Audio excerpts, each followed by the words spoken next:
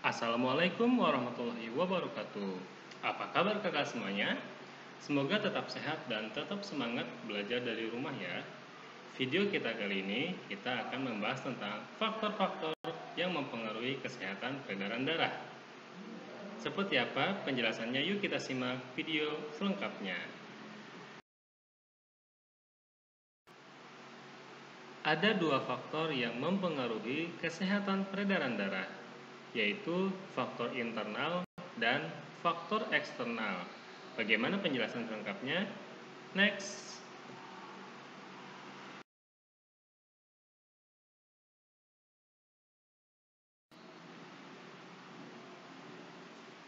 Yang pertama adalah pengaruh faktor internal. Maksudnya adalah pengaruh yang bersumber dari dalam tubuh manusia itu sendiri ya. Nah, faktor ini dibagi menjadi 3 bagian, yaitu faktor bawaan yang diturunkan oleh orang tua. Maksudnya adalah suatu gangguan atau suatu penyakit yang diderita oleh orang tua, kemudian penyakit tersebut diturunkan secara genetik kepada anak-anaknya. Ya, jadi ada beberapa kasus suatu gangguan atau suatu penyakit atau kelainan yang dapat diturunkan kepada keturunannya secara genetik ya. Dalam kasus peredaran darah, salah satu contohnya adalah kelainan hemofilia. Nah, hemofilia ini diturunkan oleh orang tua kepada anak-anaknya. Maksudnya dari orang tua penderita hemofilia itu bisa menurunkan penyakit hemofilianya kepada anak-anaknya. Kemudian yang kedua adalah faktor usia. Di sini maksudnya adalah semakin tua usia seseorang, maka fungsi organ peredaran darahnya itu akan semakin menurun karena usia selnya pun akan semakin tua, sehingga kinerja sel dalam tubuhnya akan mengalami suatu penurunan kinerjanya. Karena ada penurunan dan siklusnya menjadi tidak senormal ketika masih muda atau ketika lahir, maka akan muncul gangguan-gangguan atau akan terganggu kesehatan peredaran darahnya. Contohnya apa? Contohnya adalah seperti hipertensi, kemudian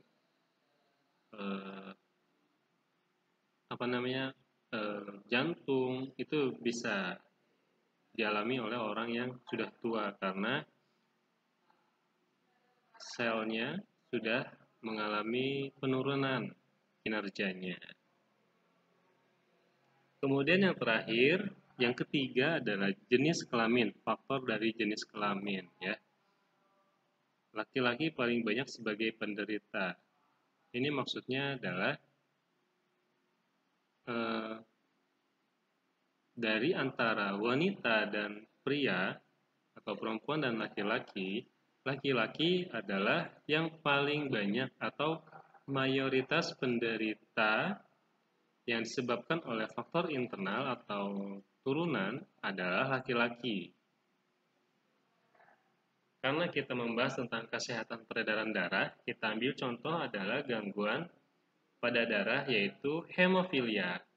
Hemofilia adalah penyakit yang bisa diturunkan melalui genetik. Nah, hemofilia ini paling banyak, 99% penderitanya adalah laki-laki. Ya, itu disebabkan karena kromosom X bertemu dengan kromosom Y. Sedangkan yang perempuannya, yang wanitanya, itu berperan sebagai karier atau sebagai pembawa bibit hemofilia. Seperti itu. Berikutnya adalah pengaruh faktor eksternal. Nah, faktor eksternal ini berarti sumbernya berasal dari luar tubuh kita. Nah, ini ada banyak macamnya ya. Yang pertama adalah gizi atau asupan nutrisi.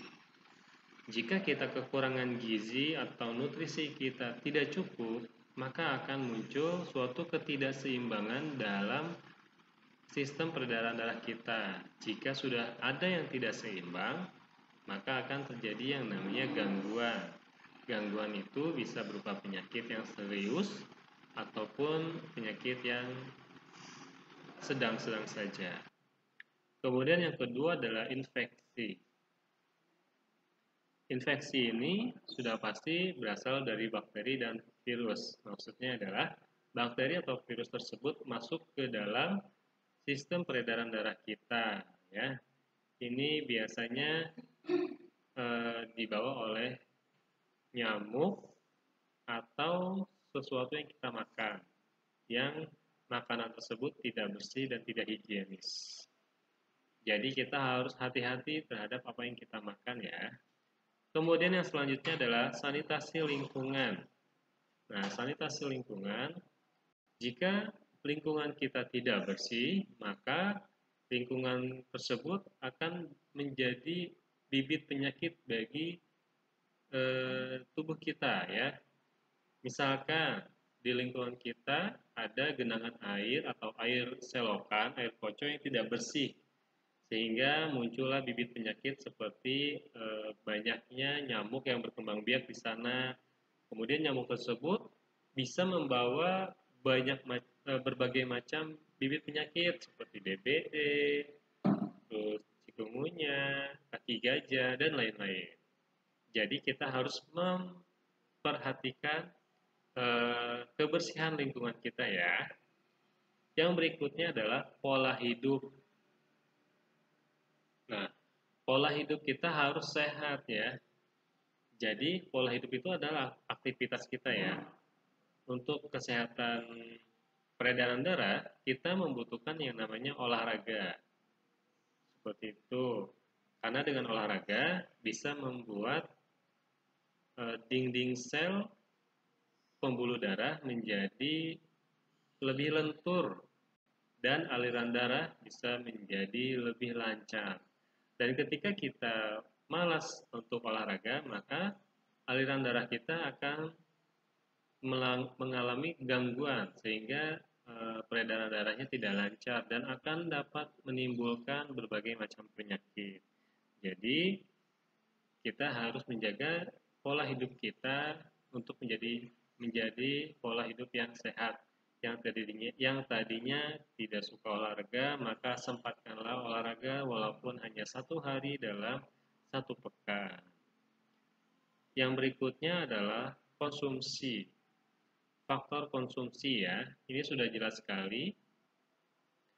Semua yang kita makan itu akan mempengaruhi kesehatan peredaran darah kita ya. Meskipun itu merupakan makanan yang sehat. Ya, contohnya lemak ya. Nah, lemak ini kan sehat ya untuk tubuh kita dan tubuh kita ini membutuhkan lemak juga. Tetapi jika lemaknya berlebihan, nah, jika yang berlebihan, nah ada kata kuncinya yaitu berlebihan. Jika kita makannya secara berlebihan, maka akan menimbulkan suatu gangguan. Jika kita kebanyakan lemak, maka akan muncul yang namanya plak atau timbunan lemak di dinding sel pembuluh darah, sehingga pembuluh darah kita bisa menyempit dan juga bisa pecah ya. Kemudian ada juga makanan yang tidak boleh kita makan ya, seperti alkohol, terus makanan yang mengandung zat kimia yang berbahaya ya. Kemudian rokok juga bisa mempengaruhi kesehatan peredaran darah loh. Ya, jadi buat kita yang sayang sama tubuh kita, maka kita tidak boleh merokok, tidak boleh mengkonsumsi alkohol dan juga makanan yang mengandung zat yang berbahaya. Kenapa? Karena zat-zat tersebut bisa merusak sel darah merah kita dan juga bisa merusak pembuluh darah yang ada dalam tubuh kita. Yang terakhir adalah kondisi sosial ekonomi. Kenapa ini dimasukin? Karena, nah sekarang ada latihan untuk kakak semuanya, yaitu di tematik 5D, halaman 110, bagian atas saja ya, yang tabel. Di sana tabelnya ada kolom nomor, nama penyakit, penyebab, dan cara pencegahannya. Di sana kakak cukup mencari dari berbagai macam sumber, boleh dari buku, boleh juga dari internet. Kakak cari nama penyakitnya yang berkenaan dengan peredaran darah ya. Dan juga tulis penyebabnya apa, kemudian tulis juga cara pencegahannya supaya tidak terjadi penyakit tersebut. Jika masih ada yang kurang mengerti, boleh japri saya. Sampai di sini video kita. Saya ucapkan terima kasih. Jangan lupa untuk yang belum subscribe, subscribe dari sekarang. Jangan lupa tombol like-nya dan juga share video ini. Terima kasih. Akhir kata, wassalamualaikum warahmatullahi wabarakatuh.